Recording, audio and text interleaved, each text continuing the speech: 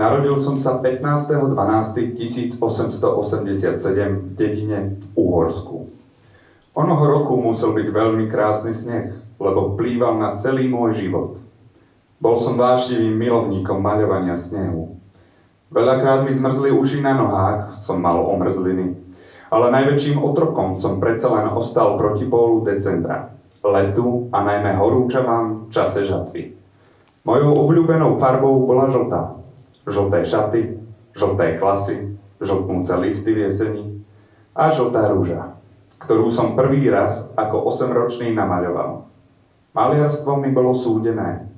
I meno som dostal podľa otcovho obľúbeného umelca, Theodora Versträta.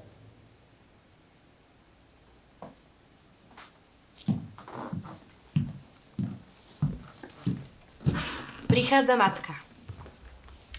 Čo toľko beháš? Hore dolu, Tódor. Maľujem tú žltú čajovú ružu, čo je pred dverami mamaly. A musím sa zavše pozrieť, ako vyzerá. A to musíš toľko behať? Hore dolu? Tebe je ľahko. Ty si... žena. Ty miešaš v hrnci stále rovnako, ale ja... Pozri sa sem, ak namaľujem všetky lupienky rovnaké, nevyzerá to ako skutočná ruža. Ale kým vybehnem hore dolu, zabudnem, kde až končí čiara. Matka vytiahne z vrecka na zástere nožnice. Zájde za oponu a donesie mu žltú ružu. Položí do pohára. No, nie je to lepšie, keď ju máš stále pred očami, ako to neustále behanie hore dolu? Pravda, že mamali, ty si taká múdra. Chlapec ešte chvíľu maľuje, na čo prichádza otec s matkou. Matka mu niečo šušká, potom odíde. Otec podíde k synovi, prezerá si maľbu. Zadíva sa na ružu, potom zas na kresbu, poškrabe sa za uchom a prednesie. To je neslýchané. To je veľkolepé. Taký malý chlapec a s takými zlými farbami. Páči sa ti, tatali? Odkiaľ to máš? Dal mi ju Arpád. Jeho otec je fotografom a túto farbu na retuš už nepotreboval, lebo veľmi vyschla. Keď si toto dokázal s takou zlou farbou, tak ti dám doviesť z Viedne skutočné farby. Pravé Anreiterky od Seefellnera. Počuješ, človečik? Od Seefellnera. Otec zoberie obrázok, ešte raz nad ním krúti hlavou a potom prísne ukáže na klavír. A teraz cvičiť. Ako to, že ty s takými dobrými ušami si minule z hodiny klavíra ušiel cez okno? Ale tatali, keď ja nemám rád ten fišdúr, na čo toľko krížikov, keď aj s jedným B by to vyšlo za jedno? Teraz dávaj pozor. Dívaj sa na prstoklad a zapamätaj si ho. Začne hrať. Resp, začne hrať hudba. To je čas žatvy. Sme po Petrovi a Pavlovi. Tu sa dívaj. Tu je teraz modré nebo. Teraz veľký lán panskej pšenice. Tu kvitnú stračie nôžky, modré ako nebo, len trochu tmavšie. Chceš, aby sme prišli k miestu, kde je veľa divého maku na kraji lánu pšenice? Áno, tatali, hraj o divom maku. No teraz sme tam došli. Teraz trháme z divého maku a stračej nôžky a zanesieme ich mame, ktorá sa za ten čas stará pri sporáku o naše dobro. Počuješ? Takisto je to s obrazmi. Každým môžeš vyvolať inú náladu. Prichádza matka a ako správna žena nesie misu s polievkou. No a zapravená kuracia polievka sa nevyrovná tým vašim cédurom. Jedlom nemôžeš vyvolať vždy inú náladu? Hore dolu? Matka pokladá na stôl polievku, naberá polievku do tanierov a rozpráva. Keď som ťa čakala, tvoj otec hral stále mazúrky a valčíky. Už mi liezli lakťom, hore dolu. Vidíš ten obraz tam? To je Chopin. Vtedy som namaľoval jeho obraz. Tú hudbu zložil on. Hrával po večeroch, až kým sa neminul petrolej. Boli to ťažké časy. Cez deň upratovať, variť, prať. V noci namiesto spania neustále počúvať Chopina. Možno preto je Tódor taký citlivý na hudbu, lebo keď sme ho čakali, pamätáš, Julko, neustále som žila s hudbou. Aj teraz i hneď nervózne začne plakať, len čo začuje hudbu hore dolu. Never, Tatali, mne sa len vtedy chce plakať, keď je hudba veľmi pekná. No vidíš, nič mu nie je. To len pekná hudba na neho tak vplýva. Uisťujem ťa, že toto dieťa nebude schopné urobiť nejakú hudobnú ohavnosť. To, že je citlivý na peknú hudbu, len ukazuje, že v ňom sídli jemná umelecká duša. Ale vývoj takej duše znamená pre nás ťažkú úlohu, ktorú nám Boh nadelil. Matka sťažka vzdychne, prikývne a zopne ruky. A teraz sa mu poďakujme za jedlo, ktoré nám nadelil. Všetci zložia ruky, otec sa prežehná, svetlo zhasne, rozsvieti sa nad väzením. To sa nedá jesť. Je to stuchnuté, iba čo budem mať z toho kyselinu. No co, pánko je zvyknutý na fajnovejšie? Vašej paničke tiež u nás nechucí. No za cudzí peníze sa dobre hoduvalo, pravda? Kláre, dajte pokoj, to je jedna čestná žena. A ja s tým všetkým nemám nič spoločné. Vím. Tu sú sami čestní ľudia, celá basa ich je plná. Ištenem, buďte už ticho. Fidelen. Pozor na jazyk, musong. Tu ste v slovenskej base a zaňát. Dozorca odchádza. Ludvík prestane jesť a zapíska cez zuby.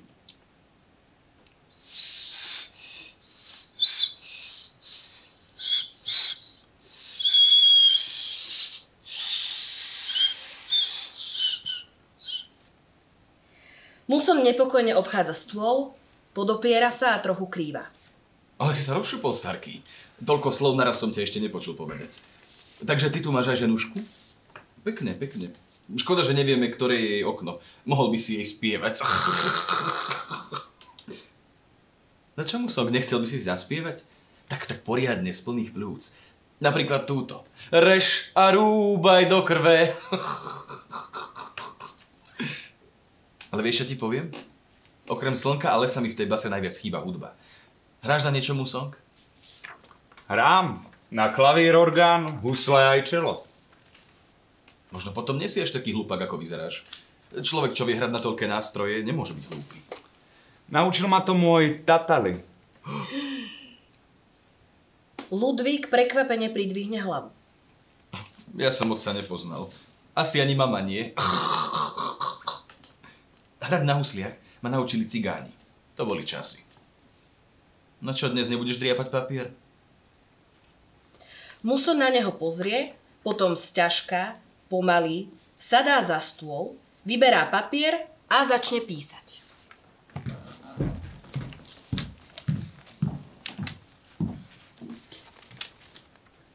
Musím napísať, čo som nemohol namaľovať. C-dur rozpráva a spieva tak, že má človek sviatočnú náladu. A Fiš-dur je zase taký veselý, že sa hodí pre spev žiakov na májové výlety. Keby som nebol býval maliarom, bol by som skladateľom. Aby som mohol spracovať to obrovské množstvo materiálu, ktoré môj Tatali nezapísal, ale vo mňa aj naďalej žije. Ešte pred niekoľkými rokmi, keď žil môj Tatali, s ktorým ma kedysi moja mamali oslovovala spoločným vy, vylieval som si srdce v podobe listov. Jeho vďačné listy boli vždy datované menami nediel. Napríklad takto. Nedela reminiscere, nedela jubiláte, drahý synu. Nedele s krásnymi menami už ubúdajú. Na prahu je nedeľa kantáte. Onedlho ťa tu budem môcť privítať a za krásne malebné vyčerpávajúce listy ti zahrajem takú veľkú omšu, že na to nikdy nezabudneš. Môžeš si stať pre mňa za mňa hoci aj na cišpedál, ako za čias, keď si bol malý chlapec.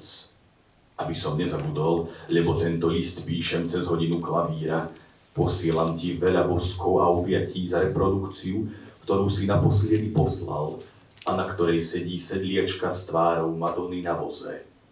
Odkiaľ si vzal tú driečnú postavu a tvár Madony?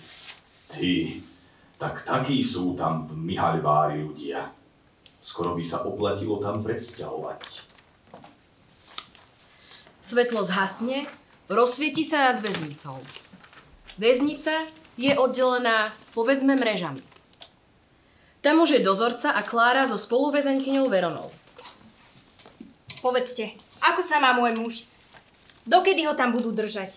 Veď obvinená som ja a on je chorý. Väzenie ho zabije, je po mŕtvici a mal vždy slabý žalúdok. No, paninko, za vojny aj za menšie veci dali ľudí zastreliť. A vy, že ste čmajzla mnoho peňazí. To nie je pravda. Víme. Dozorca odchádza. Ale čo naše deti? Matka i otec vo väzení nemôžu vyrastať ako siroty. No, Musonová, nebudú prvé ani posledné. Z vojny sa veľa otcov nevrátilo. Mne nemusíte hovoriť, čo je to, keď vás vojna pripraví o rodiča.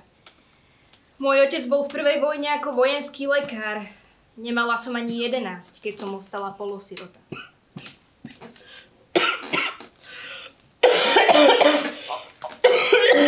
Odkedy už tak kašlete? To nič není. U nás všetci kašľú celú zimu. Prechladla som, keď som to drevo kradla. A spadla sem do vody, jak som sa pošmykla, pak som sa bála vylezť, aby ma nechycili, no a aj tak ma chycili. A tunaka v tej base, to je furt taká zima, že sa ma to nechce pustiť. No, ten kašel, ten sa mi nepáči. Páči? Nepáči. A vy ste doktorka? Mám doktorát z filozofie a som diplomovaná sociálna sestra. Pracovala som v Masarykovej lige proti tuberkulóze. Očujte, to ste normálne chodzili akože k tým tuberákom. V Petržalke je taká štvrť pod Dunajským mostom, len také búdy z dosák, lepenky, také ohádzané blatem. Volajú ju Elizeum. Tam skoro všetci kašľú, dobre, že plúca nevyplúvajú. A jeden môj frajer kedysi bol Otav. Tam som nebola. Mňa poslali v 33. do Michaloviec. Na východ. Horný Zemplín. A vy ste boli na východe? Však tam nič není. To som si aj ja myslela. A nakoniec som sa tam vydala. Keby nás neevakuovali pred frontom v 44., isto sme tam dodnes. 11 rokov som tam nechala. A manžel 33. No a počujte, čo ste to vlastne čmajzli? Nič. V živote by som nič nevzala, čo bolo určené pre tie úbohé, choré deti. No, tie vaše za to teraz nemajú co žrať.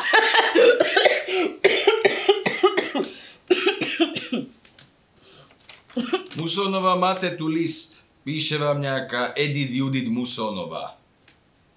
No, kto vám napísal? Moje nevlastné céry, Edita a Judita. Takže vy ste aj macicha? Macocha. Keď som sa vydávala, dievčatá od prvej Teodorovej ženy boli už dospelé. Len o 8 rokov mladšie odo mňa. A Willy, jediný Teodorov syn, bol už prakticky mladý muž. Tak chce mala pestúnky ke vlastným detem. Hej, keď sa narodili Katka a Erika, mala som v nich veľkú pomoc. Vďaka ním som mohla nastúpiť do práce. Ja bych ku tým tuberákov nikdy nešla.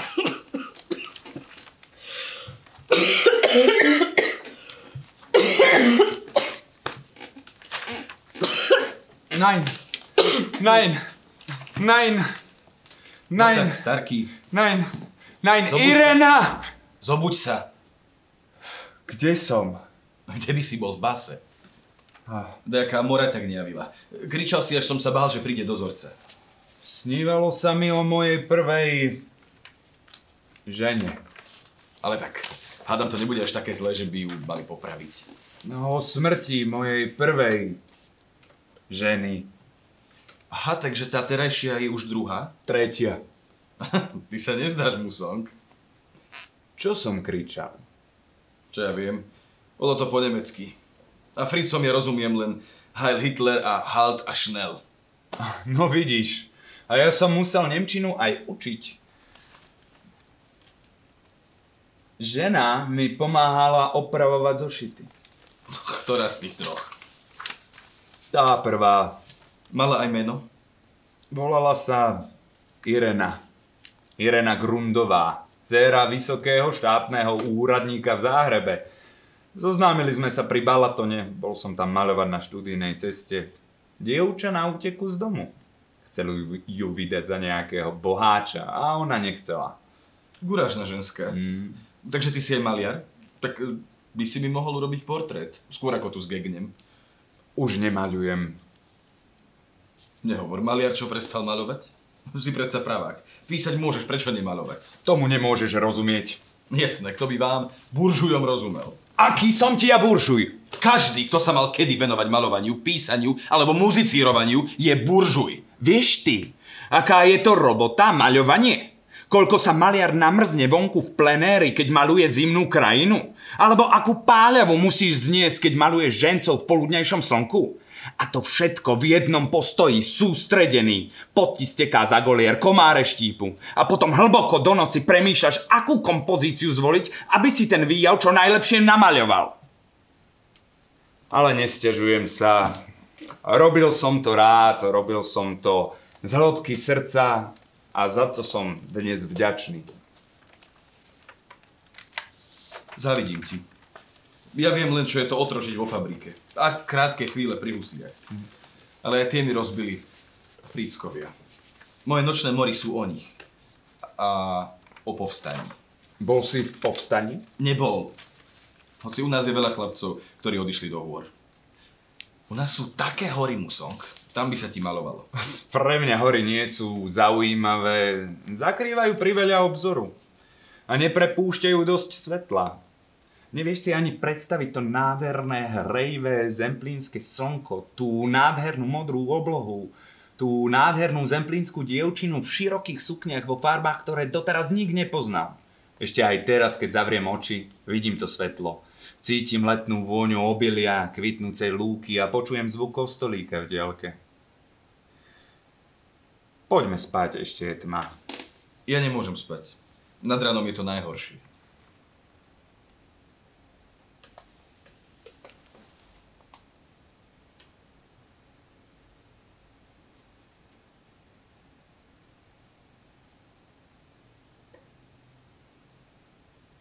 Rozprávaj, dačo. Čo? Čo ja viem? Hoci čo.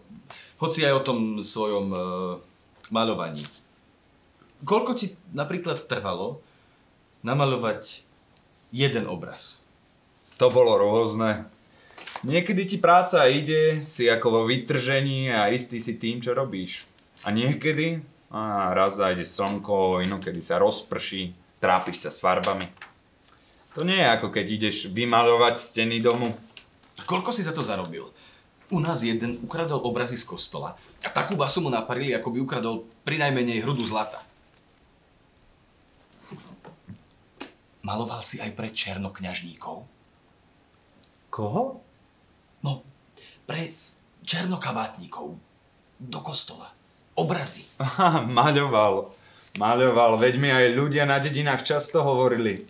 No, veď maluj svaté obrázky, to každému treba a budete mať veľa peňeží. Vôbec sa im nepozdávalo, keď obzerali moje malé skice, čo som robil v plenéri. Že však na nič nevidno poriadne, nikto nedá peňeží za malý obrázok, co na ňom nič, len Mihaľské brato, bľato. Čo som všetko maľoval. Aj oponu pre Michalovské divadlo v Zlatom bíku, diplomy tiež. Pre ministra Hodžu. Aj ty som mal zo 2 moje obrazy.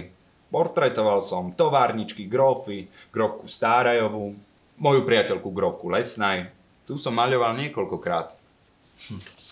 Bol si do nej zamilovaný, čo? Zamilovaný? Bola to veľmi zaujímavá a inšpiratívna žena. A taká nezávislá. V jej kaštieli sa stretávali maďarskí umelci, hovorili si osmička. Založila v dedine aj manufaktúru. Ženy tam vyšívali podľa jej motívov na plátno. Najradšej maľovala hrušové a bokoly a aj umelecké meno si dala podľa dedinky Lesné. Škoda, že v 39.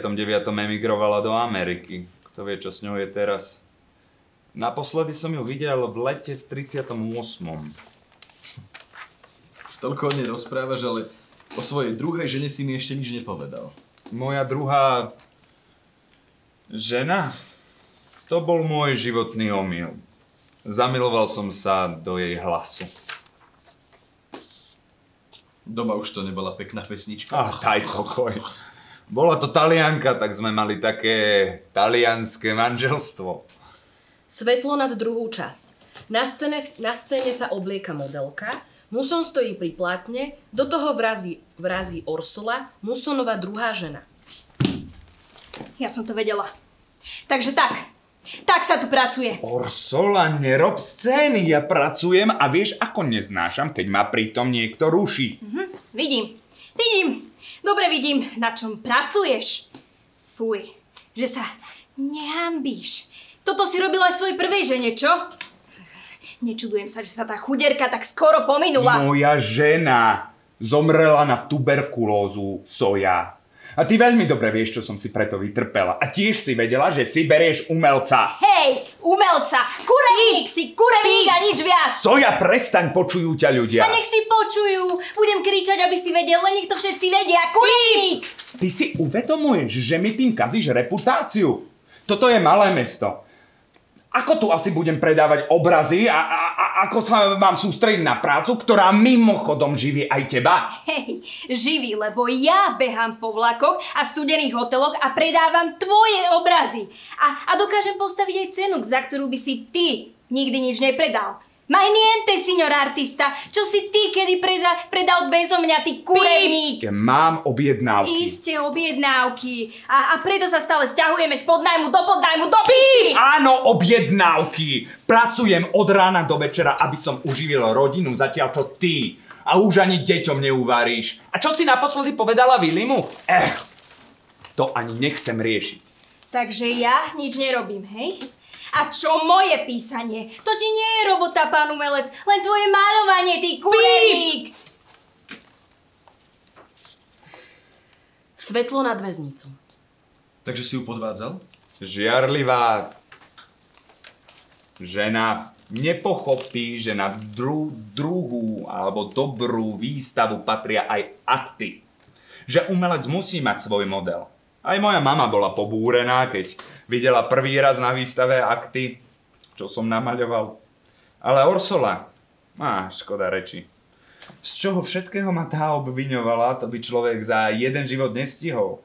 Robila zo seba obeť a pritom sama. Napokon aj sudca povedal, že s takou ženskou sa nedá žiť. Veď sme spolu žili dokopy 2 roky a to o nás stihli písať aj noviny.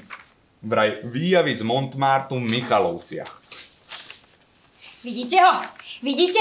Vlastnú ženu v mraze, v košeli vyženie na ulicu. U cudzích ma nechá prespávať, na cudzie milosrdenstvo sa spoliehať, kurva! Otvor Muson. Ženu máš na ulici. Umelec. Počuješ, pán umelec? Počuješ, ako na teba kričia? Zabarikádoval si sa tam ako tchor. Otvor a vráť mi, čo je moje, ty kokot! Vrátim, keď mi ty vrátiš moje obrazy. A teraz všetci odíďte, nerušte pokoj tohto domu, lebo na vás zavolám šandáre. Čo je to za muža? Čo si nechá ženu na ulici? Na čo si sa ženil? Druhý raz Muson. A Šašo počmáraný. A keby si vedel, akú knihu mne napísala po rozvode, ako ma tam vykreslila. Premenovala ma na Garniera a na konci ma nechala zavraždiť žiarlivým milencom mojej modelky. Našťastie nás rozviedli dosť rýchlo. No vidíš, bol si slávny ani parížský umelec a nemusel si ani pety z toho Mihaľváru vytiahnuť. Deti ste spolu nemali? Chvála Bohu, nie. A koľko ich vlastne máš? 5. Prvé som dostal hneď 2. A čoskoro sa narodil syn. A ďalšie 2 céry. Ligiu a Martu sme aj s nebožkou Irenou pochovali. Zomreli ešte celkom malé. A za tým pošla aj Iza. S Klárou mám ešte 2 céry, Katku a Eriku. Sú ešte malé. Ani neviem, čo s nimi je. Snáď sa o ne Edita s Juditou postarajú, tak ako to robili vždy. No, hore hlavu, starky. Hovorme radšej o tvojom malovaní. Čo si najradšej maloval? Najväčší pôžitok je, keď človek maluje podľa prírody. Najradšej by som bol býval vonku celé dni, ale ľudia mali najradšej moje trhové scény. Videl si niekedy trh so stužkami? Je to niečo nádherné, rušné, farebné, dlhý rad cigánok sediacich na zemi, pred nimi snehobiele čipky. Vyzerá to ako rieka z mydlovej peny, v ktorej sú zamiešané krikľavé farby. A od tých dievok, čo radšej nejedli, len aby si mohli kúpiť farebné stužky a skombinovali ich v takých harmóniách, ako by sa žiadna panička z mesta neodvážila, som sa naučil farebnej voľnosti a slobody. A zdedilo niektoré z detí tvoj talent? Billy študoval kreslenie vo Viedni a ja som ho naučil o farbách všetko, čo viem. Teraz je v Trenčíne, tam sa oženil. Bože, ako dobre nám ešte nedávno bolo na Hrádku. Bol to môj raj. Veď hovorím buržuj. Veľkomožný z Hrádku. Na Hrádku sme žili iba v prenájme. Vo Vilke od grofa Štáraja. Bez vody, bez elektriny. Až neskôr sme vybudovali nádrž na vodu. Veď ja som nikdy netúžil po majetkoch. Predstavoval som si, že by sme si žili s otcom tak pokomunisticky. Stačil by nám dobrý ateliér a niečo na živobytie. A farby. Aby sme mohli namaľovať všetku tú krásu. Vlastne všetko na svete je krásne. Len to musíme dokázať vidieť. Vážne? Všetko na svete? Aj táto basa? Táto tmavá kopka? Aj tento zavšivavený mundúr? Toto jedlo, ktoré nedokážeš ani zjesť. Čo ty vieš o komunizme? Bili ťa niekedy len za to, že si roznášal červeným letáky? Nie? Tak mi tu už nikdy nerozprávaj o komunizme. Dobre?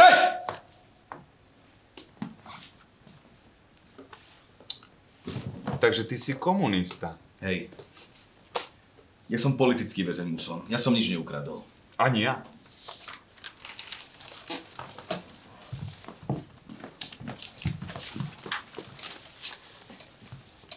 Dozorca! Dozorca! Čo tu robíte, cirkus ženská? Táto žena potrebuje lekára. Má horúčku a blúzni. Poznáme. Najedla sa omietky, alebo čoho si. Lekára! Ja nechcem umrieť.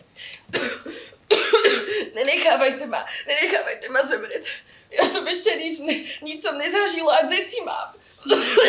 Tíško, neboj sa. Pôjdeš ešte k deťom. Obe pôjdeme a aj táto vojna sa už končí. A všetko sa vysvetlí. O chvíľku bude jar a rozkvitnú jablone, bude teplo a potom bude leto a aj tvoj kašel sa popraví. Budú letné jablká? Tie mám najradšie. Jablká sú dobré na chorobu a na každú, ešte aj na obličky. Len na obličky? Aspoň takto tvrdila aj stará bajčička. Bajčička? A vylečila sa? Vyliečila, aj záhradnička sa z nej stala. Stará bajčička mala pravdu. Keď som prišla do Michaloviec, udivilo ma, že ľudia tam nepestovali ovocné stromy. Nebolo čerešní, jabloní. A čo ovocie, ale ani mrkvu nepoznali. Spíš?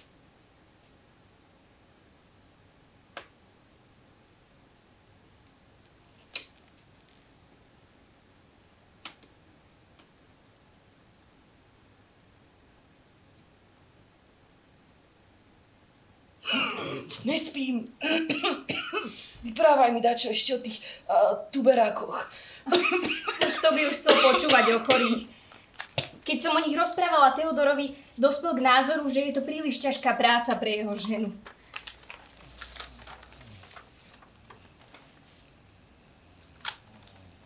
Zaspala. Nech radšej spí. Aspoň nevie o sebe. Bože, ako sa len má Teodor? Z najhoršieho sa vyškriabal, keď dostal mŕtvicu a koľko síl ma to len stálo a teraz toto. Kto ma len mohol takto krivo obviniť? Vraj spreneverila 1 000 000 korún. 1 000 000 korún, veď to sa človeku rozum zastavuje, ako by som mohla. Keď si spomeniem, pre koľkých som v Michalovciach doslova vyžobrala peniaze na liečenie do Tatier. Ja som nikdy nevzala ani halier. Keby sme odtiaľ neboli zutekali pred frontom, nič z toho by sa možno nebolo stalo. Toto v Bratislave na ústredí som musela komusi ležať v žalúdku. Možno ten šofér, ktorému som nechcela dať pôžičku z peňazí ligy. Ale čo už z toho, len keby neboli zavreli aj Teodora. Musonováčul som, že víte po kapitalisticky. Nezobudte ju. Prezident sa nespí. Povedala som vám, že je chorá. Čo chcete s angličtinou? Toto písmo by som chcel preložiť. Došlo mi z Ameriky. Nerozumiem nič, denem bratovo meno. Preložím, keď ju teraz necháte spať a potom ju vezmete na ošetrovňu. Píp, Piče. do piči. Je to... Dozorca zahreší a podá Kláre list. Je to oznámenie z nemocnice, že váš brat v Amerike zomrel. A kurva. Píp.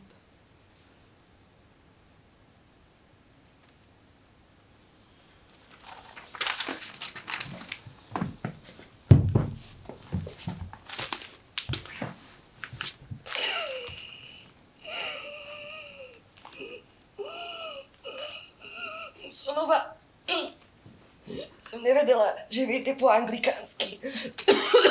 Po anglikánsky, po nemecky, po francúzsky, po maďarsky. Po slovensky. Akurát s tou angličtinou som veľa šťastia nemala. Keď som prišla po štúdiách do Bratislavy, tak nikde sa nevyučovala a aj v Michalovciach som učila hlavne nemčinu. Ako tuberákov. Nie, gymnazistov. Muž to zariadil. Nechcela by som už chodila k chorým. Vraj som bola málo doma. A možno sa aj bál, že sa tiež nakazím, alebo to privlečiem domov. Koniec koncov, prvá žena mu umrela na tuberkulózu. A jediný syn sa liečil. No tak... Aspoň mal rozum. A vy ste byla pani profesorka. Bola. Ale najradšej som predsa bola s tými chudobnými matkami a ich deťmi.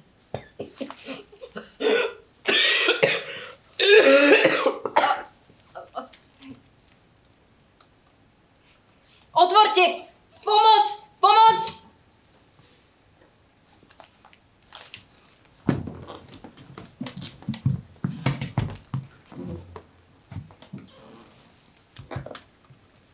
Verona odíde v prítmi javiska.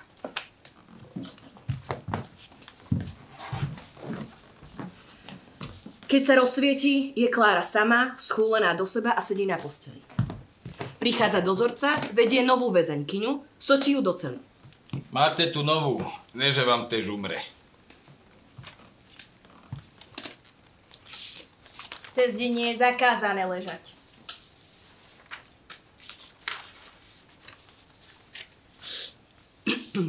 Ja som Klára.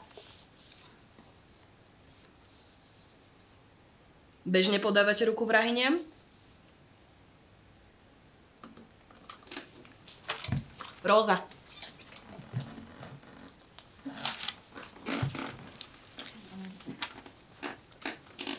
Koho ste zabili?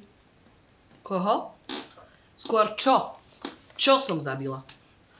Tú ľudácku svinu, čo má na svedomí moju dcéru. Ale mne už je všetko jedno. Hlavne, že im všetkým už odzvonilo. Komu? Čo, vy nič neviete? Sedíte si tu a neviete, čo sa deje vonku? Vojna sa končí. Rusi sú už pred Berlínom. S Nemčúrmi je koniec. Aj s tou bandou, čo im tu prisluhovala. Naozaj? Pane Bože, naozaj? Škoda, že sa toho Verona nedožila. Kto je Verona? Tá, čo tu bola pred vami. No, tak nedožila. Aj keď kto vie, čo by ju v tej novej slobode čakalo. Ja už viem, že ma nič nečaká, ale aspoň dostal to, čo si zaslúžil za moju Hanku. Takže koniec. A čo? Vám to azda nepasuje? Čo? Vy by ste azda radšej chceli, aby tu bol nejaký Fritz? Čo? Frau Klára. Ale kdeže? Len nech to už skončí. A zdá sa aj skorej dočkám spravodlivosti. Spravodlivosť? No, to si moja zlatá, budete musieť zjednať sama. Lebo tu sa už veru žiadnej spravodlivosti od nikoho nedočkáte. Muson, zbalte si vieci. Prečo? Kam mám ísť? Budete prepustení. Dozorca odchádza. Muson vstane, vezme zošit a vyberie z neho list papiera a chce ho podať Ludvíkovi. Pošli ho mojej mame, keď budeš vonku. Nech má na mňa spomienku. Uži si slobodu, Muso.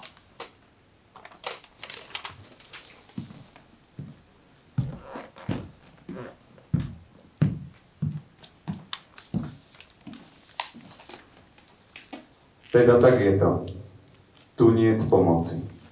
Keď príde čas znášky, včielky sú dovtedy hnané budom pracovať, kým nezahynú pod ťarchou práce.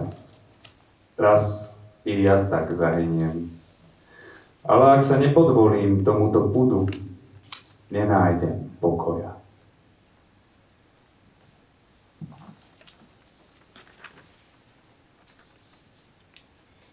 Róza mala pravdu. Tu sa už spravodlivosti nedomôžeš. Buďme radi, že mohol aspoň zomrieť doma a nie vo väzení. Škoda len, že sa mu nesplnilo jeho veľké želanie. Že by bol pochovaný na hrádku. Ale ja to tak nenechám. Čo urobíš? Čo urobím? Všetko to napíšem.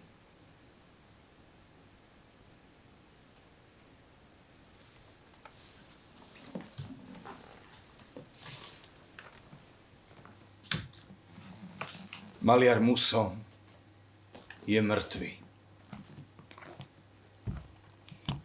V uplynulom týždni umrel v trenčianskej nemocnici vo veku 59 rokov maliar a profesor kreslenia Jozef Theodor Muson.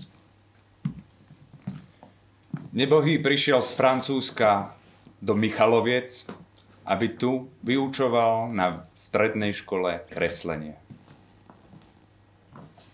Krása krojov zemplínskeho ľudu ho natoľko uchvátila, že neskôr zbytok svojej práce venoval zachyteniu východoslovenského folklóru vo farbách. Jeho špecialitou boli najmä námety pútí a trhov na východnom Slovensku. Maliar Muson vystavoval nielen doma, ale i v cudzine. Veľký úspech mal aj v Prahe. Posledných 5 rokov svojho života bol chorý. Strácame v ňom vynikajúceho výtvarného umelca a úprimného obdivovateľa východoslovenského folklóru.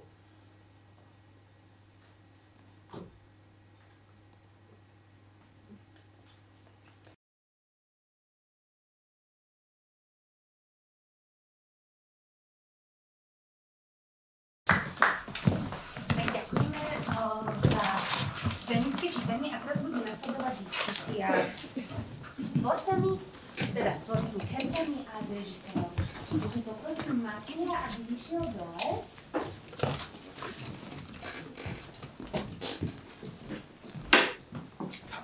Tu, môžeš. Je vedľa teba. Ideš vedľa mňa? Tak aby som vám ešte raz predstavila, že kde ste sa to vlastne ocitli. Toto bolo scenické čítanie víťazného textu slovenského kola medzinárodnej súťaže Mladé vyšehradské divadlo Priestor slobody, ktoré ako podľa názvu je jasné, že organizujeme v rámci V4 v spolupráci s Národným inštitútom Osolínskym a Múzeum Pana Tadeuša z Poľska a Združením Strana z Českej republiky. Toto bola súťaž určená pre debutujúcich autorov o najlepší debut kde jedinými podmienkami bolo nemať text verejne uvedený v profesionálnom časopise alebo na profesionálnom javisku. Čo naša víťazka Katarína Varechová splnila ako jedna spomedzi 14 prihlásených textov, ktoré sa prihlásili. Bohužiaľ, niektoré nesplnili kritéria debutu. Takže nakoniec naša porota v zložení Matej Moško, Renáta Jurčová a Peter Galdík vyberali z 10 textov. A ak dovolíte ešte pred diskusiou, aby som vám prečítala vlastne vyjadrenie poroty k tomuto textu a potom už budeme diskutovať. Daj Marekovi čítať. Daj Marekovi čítať? Chceš? Dobre, prepáč. Chceš režirovať aj diskusiu? Môžeme mať do mikrofónu. Nie, prepáč. Ja sa teraz zamím, takže ja vám to dám Marekovi. Ďakujem. Poprosím kurzívou. Kurzívou čítať? To, čo je kurzívou... Tak trochu na mobil. Autorka vytvorila pomerne rozsiahlu hru, ktorá zachytáva rôzne obdobia života impresionistického maliara Josefa Theodora Musona. Jej hlavným prínosom je zoznámenie sa so zaujímavou umeleckou osobnosťou a reáliami prvej polovice 20. storočia na území Slovenska. V dobe, keď sa nevenuje dostatočná pozornosť umeniu a kultúre celkovo, je dobré, ak si aj týmto spôsobom pripomenieme ľudí, ktorí sú tvorcami umeleckého odkazu a patria do nášho kultúrneho dedičstva. Text má jasne premyslené rozdelenie priestoru na dve časti. V prvej sa odohrávajú situácie vo väzení, zachytávajúce súčasnosť maliara a jeho manželky. Druhá časť slúži na retrospektívne spomienky z minulosti oboch manželov. Sme ti verili. Nechce to nikto dočítať s vami, lebo už sa nám vyviate. Autorka strieda poetické časti prehovorov Musona s bežnými vyjadreniami manželov, do ktorých zasahujú nárečím charakterizované vedľajšie postavy. Jednotlivé výstupy a ich zmeny na seba organicky nadväzujú, plynú k pointe, nesnažia sa vyčerpávajúco informovať o faktoch zo života maliara. Retrospektíva ale nakoniec textu viac škodí ako pomáha. Neprináša totiž žiadne prekvapenie ani zvraty. Výsledkom je teda konverzačné dielo s absentujúcim dramatickým potenciálom. To by sme mali zhodnotenie poroty. Ďakujem. Teraz moja prvá otázka je na vlastne celý náš tvorivý tím. Ako sa vám pracovalo s textom? Lebo ja ešte našim divákom vysvetlím, že videli ste pomerne zredukovanú verziu, nakoľko pôvodný text, ako aj opísala porota, bol značne obsiahlejší. Mal až 55 strán a niekoľko ďalších postáv, ktoré sme z dôvodu úspory priestoru, času a všetkého museli dať bokom. Takže bol tu výrazný zásah nášho celého tvorivého týmu pod taktovkou režisera Mateja Feldbauera do textu.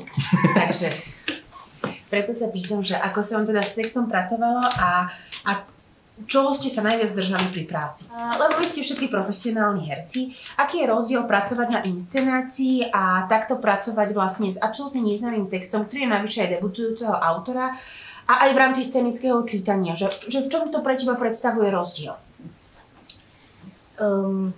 Rozdiel bol napríklad v tom, že teda bol na to pomerne menej času výrazne ako na študovanie nejakej postavy, hej, keby sme išli robiť inscenáciu, čiže v podstate s tým textom sme sa zoznámili tak nejak priamo na mieste, že nemala som možnosť si to prečítať dopredu a tým pádom to tak vznikalo veľmi kreatívne priamo na mieste. Ty si to videla pred dneškom, si to čítala. Nie, dnes, pardon. Ja akože na prvej skúške. Do toho sa viackrát. Pardon, keď to teda nebolo presné, ale čiže to bolo také kreatívne tvorenie na mieste, ale ja to osobne mám rada, takže za mňa toto je fajn proces, fajn spôsob tvorby. Ja, ako môžem na to nadviazať povedať, tak pre mňa to bolo fascinujúce, alebo teda v tom, že museli sme sa vysporiadať s tým, že je to teda prezentácia toho textu, to je v prvom rade. To teda v prvom rade. prezentácia toho textu, ale zároveň sme potrebovali nájsť aj nejakú mieru svojej tvorivosti, ktorú do toho textu potrebujeme dostať. A to sa deje aj pri tých škrtoch, ktoré sú v istom zmysle tvorivou záležitosťou pri tvorbe akéhokoľvek iného štandardného textu alebo štandardného nejakého výstupu. Takže ja myslím, že toto bol, čím sme sa tiež pasovali, do akej miery môžeme do toho zasahovať nejakou svojou invenciou, alebo či to naozaj iba ortodoxne prečítať, alebo nejak ortodoxne odprezentovať tak, aby najviac vynikla tá literárna predloha toho textu. Nehambili sme sa zasahovať. Nehambili sme sa, ale hľadali sme ako keby to ako k tomu pristúpiť, nájsť nejaký kľúč k tomu zásahu, aby sa tieto dve roviny dokázali nejak sklbiť. Lebo teda treba uznať, že vyškrtať 55 strán na túto podobu, aby to dávalo hlavu a petu a neprepísali ste... Som tu devalvuješ túto diskusiu.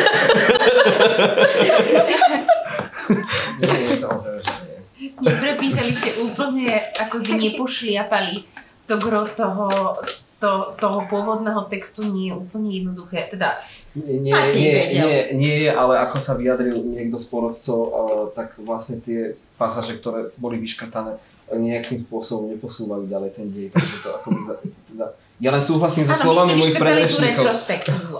Áno.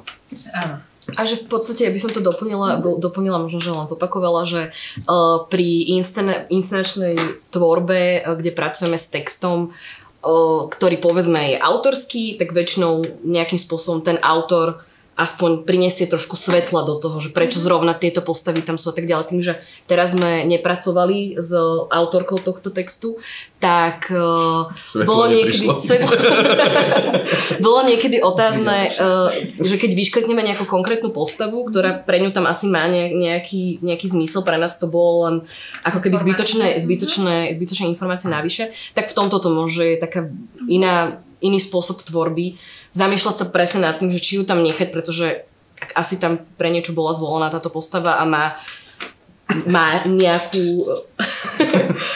je tam pre niečo napísaná, alebo teda ju môžeme odtiaľ vyškrtnúť, pretože je to vedľajšia postava, ktorá nie je dôležitá. Tak v tomto je to možno, že iné, že nemáme tú spätnú väzbu od toho autora, ktorý by nám povedal, že nie, ale toto je podstatné, prečo tam táto pani dáma vo vlaku bola. A bolo to pre vás všetkých prvé scenické čítanie?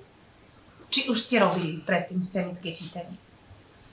Či ste sa stretli s touto formou práce? Že to aj pre vás je debut, alebo... Ja teraz premýšľam. Podľa mňa asi... Ja som robil scenické čítania v Modrom salóne, to bola taká séria scenických čítaní. A dokonca som s ním stretol už aj ako režisér, takže vlastne... Marek aj režíruje. Marek je aj režisér. To aby zaznelo, nemôžeme sa odísť z tejto diskusie. Že je veľmi talentovaný herec, je talentovaný ani. Už ako bolo spomenuté, toto nie je úplne taký typický typ drámy, kedy sa vlastne primárne jedná o konflikt alebo o nejakú zápletku. Tuto sa jednalo o dokumentárnu drámu, kde pointou bolo v podstate vykresliť život Theodora Musona.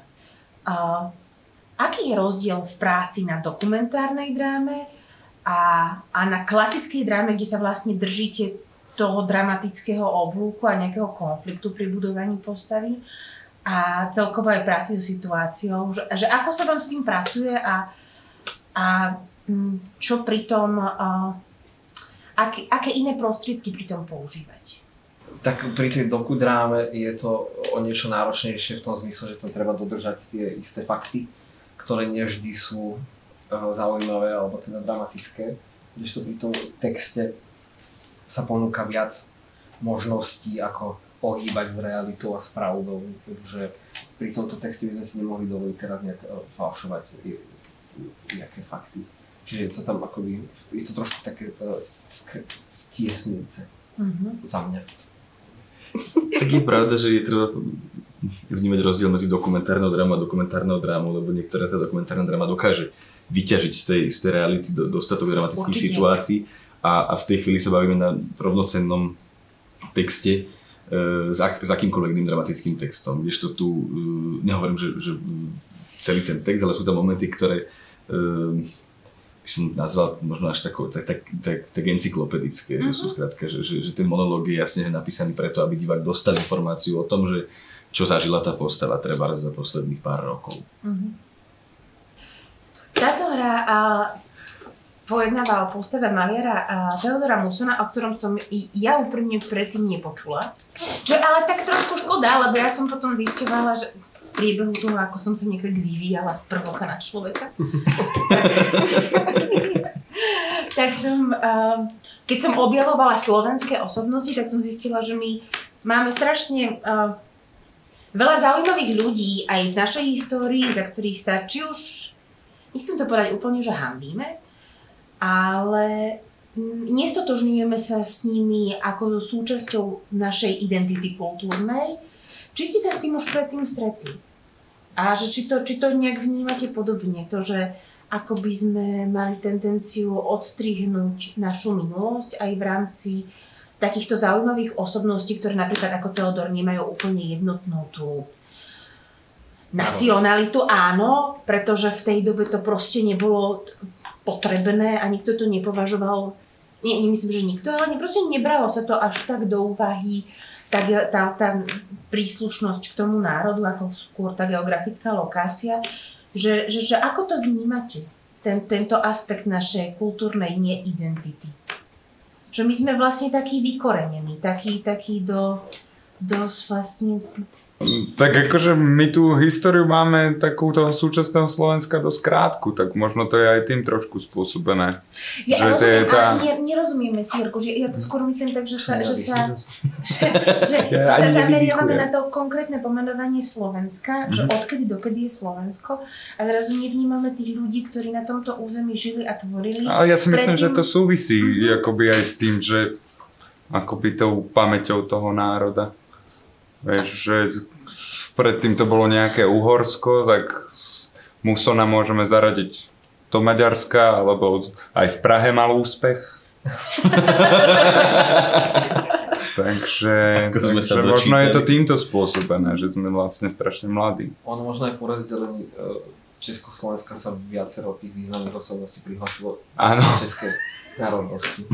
Je to aj viac menej regionálna záležitosť, lebo presne, že matka spomínala, že naša známa, ktorá je presne z Michaloviec, u nich ten Muson, akože pre nich je to osobnosť, ale jednoducho za ten región sa už nedostal, ale pre nich je to naozaj ako, že oni ho vnímajú ako... V Michalovciach? V Michalovciach, ako modlu. Že v Michalovciach proste ľudia bežne majú povesované, že to je taký ako štandard mať Musonov obrázok doma, hej? Ale to isté vstúpame Ferdiškovská. A v Železovciach Ferenc Liszt. A vo Vrbovom Moritz Beňovský. V Železovciach má dokonca katolíku. Čiže ono z toho regiónu sa to už vlastne nedostáva do toho celkovo. Do toho všeobecného povedomia. No. Ale vlastne... myslím si, že je to škoda, ako keby, že by sa to malo prepájať. S tým súhlasíme. Že to áno, to sa dá. V tomto sú vlastne v podstate veľmi akože prospešné takýto typ aj súťaží alebo písanie proste textov, kde tí ľudia priamo z tých regiónov píšu o ľuďoch. Ktorí sú významní pre ten región a aj takouto formou sa teda snažia dostať to povedomie aj ďalej. Poslednú otázku, ktorú na vás mám, a to skôr súvisí tak akože to je taká na zamyslenie, či vy ste sa tak niekedy aj v rámci toho, ako pristupujete k tvorbe, aj tým, že sa živíte, tým, že sa proste vyjadrujete verejne pred ľuďmi. Či ste rozmýšľali nad tým, že ak sa pozrite na život Theodora Musona, tak on si zažil enormne veľa a akoby tie najhoršie udalosti a najkrajšie a najhoršie udalosti 20. storočia, ktoré sa zažiť dali. Lebo v tomto období vzniklo strašne veľa diel, ktoré ešte stále hráme, respektíve čítame a reflektujú nejakú frustráciu z toho, že tá generácia sa nedokázala poučiť a zažila si naozaj 2 svetové vojny.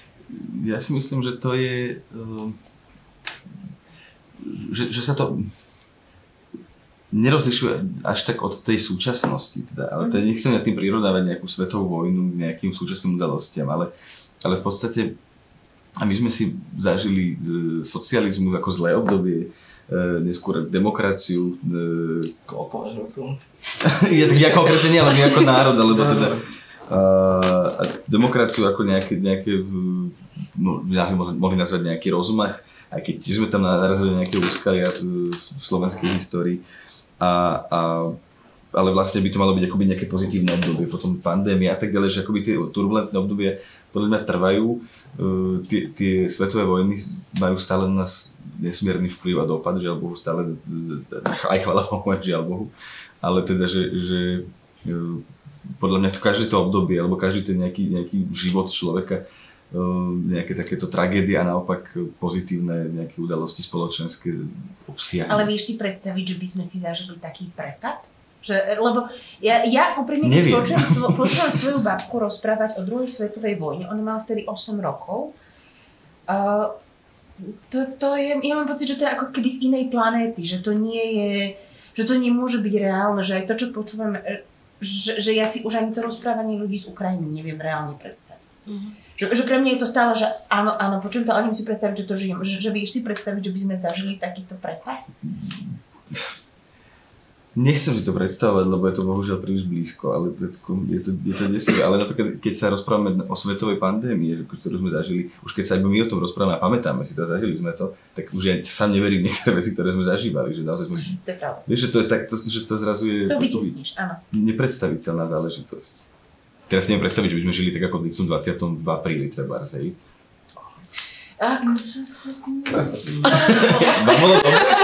Vám bolo dobre mňa? Vieš, že som mala 3-mesačné dieťa, takže ja neviem, akože mne sa... By si bola aj tak doma. Tiež obchody nič moc, takže... Ja som bol vtedy po mesiaci v Prešove, takže... Fúha, to bolo dobre. To sila. Ja si to osobne asi tiež radšej, aby sme sa vrátili k otázke, asi úplne... Mama Telera. Že asi v niečom predstaviť, akože naozaj, ale v predstavách, ktoré nie sú úplne spojené s realitou, tak v niečom si to predstaviť viem, ale ako Marek povedal, že asi, nie že asi, ale zažiť na vlastne koži si to podľa mňa nechcem ani ja a myslím si, že hovoríme aj za všetkých, že my sme prežili teda iný spôsob narušenia nášho každodenného života a je to naozaj, je to iné, ale nechcela by som si zažiť 2 svetové vojny, ale ani jednu svetovú vojnu vyslovene, akože že stále sa nás to dotýka, aby sme zase nehovorili, že sa nás to nedotýka, ale neprišiel nikto ku mne domov. Nejdete front cez obývačku. Tak. Áno, to je veľmi dôležité. A premýšľam nad tým, do aké predstavenie pôjdem tento týždeň, to je veľmi fajn. Že áno, to že máš tie životné problémy prvého sveta. Áno, tak. Áno. Ja som dneska počúvala podcast Dejiny, akurát to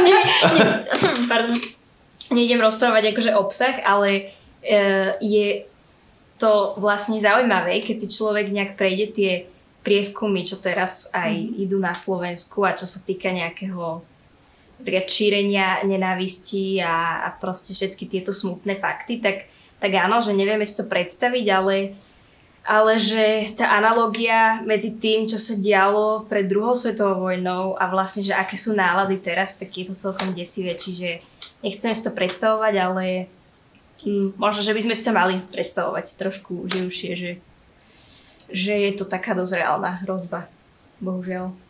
A myslíte si, že to má zmysel hrať o tých hrôzach, čo sa dia? Nemyslím to tak, len myslím, že stále sa akoby k tomu vracia, vždy sa k tomu vraciame už niekoľko desiatok rokov sa stále, aby sme nezabudli na nacizmus, na prvú svetovú vojnu, na to, že ako veľmi jednoducho vieme sklznúť do totalitného režimu, ako veľmi jednoducho sa môžeme začať vraždiť všetci navzájom ruka hore. A ako by sa to stále, vlastne je to stále prítomné a stále sa umelecký svet k tomu vracia, ukazuje na to, má to zmysel?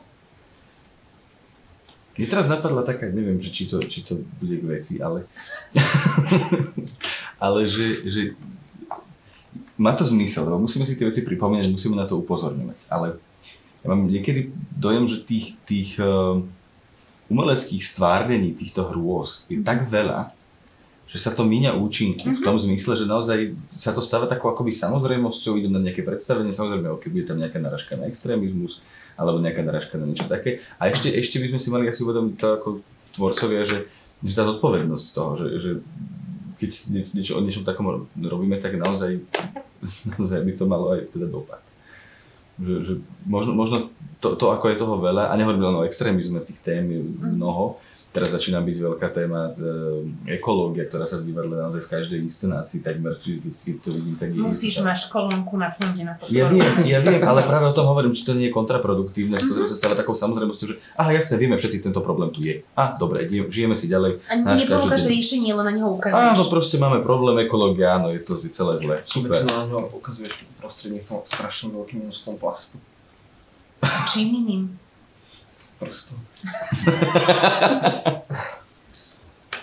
Akože za mňa zmysel, pretože zmysel to má, je to pravda, že sme zahltení neskutočne veľkým množstvom tých rôznych umeleckých divadelných foriem, ale zmysel to má za to, zmysel to má preto, ja som zažila inscenáciu o Anne Frankovej, kde bolo asi 90 detí, ktorí sa vyslovene ešte pred predstavením rozprávali o tom, že akože je im úplne jedno, o čom je to predstavenie, netušia, kto je Anna Franková. Počas predstavenia minimálne 2/3 z tých detí vykrikovali a veľmi ako neúplne dobre interagovali pri tom predstavení. A potom po predstavení z tých 90 detí sa aspoň hrstka, ako keby 15 možno detí, reálne prišli za hercami a pýtali sa ich. Pýtali sa ich, takže toto bola tá Anna Franková.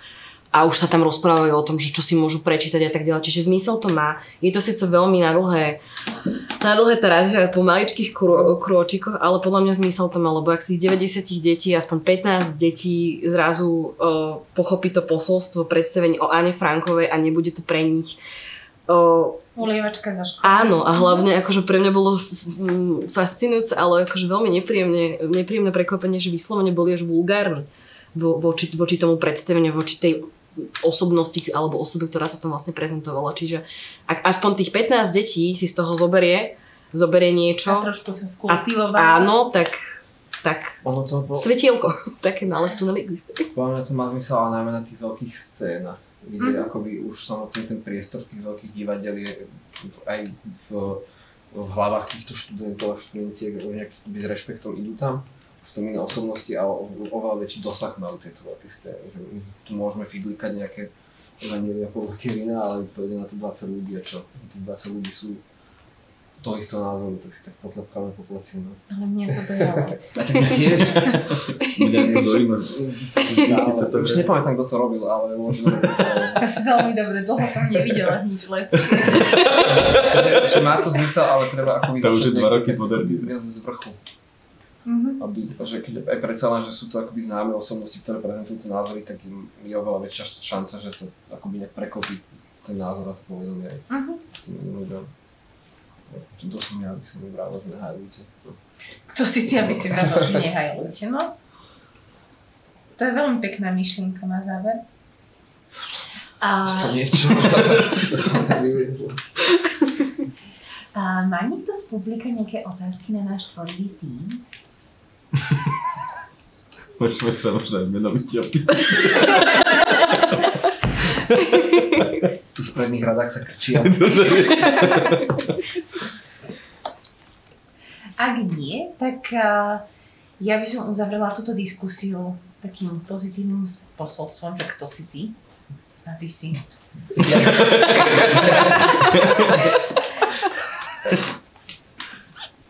Mám povedať, že kto som ja, či to nie je pozitívne posolstvo? Nie, to ja by som si dovolil povedať iné pozitívne posolstvo. Povedz iné pozitívne posolstvo. Po každom daždi vyjde dúha. A dobro a láska zvíťazí. Tak. Že? No. Nie, tak na seriózno. Tak ďakujeme, že ste prišli.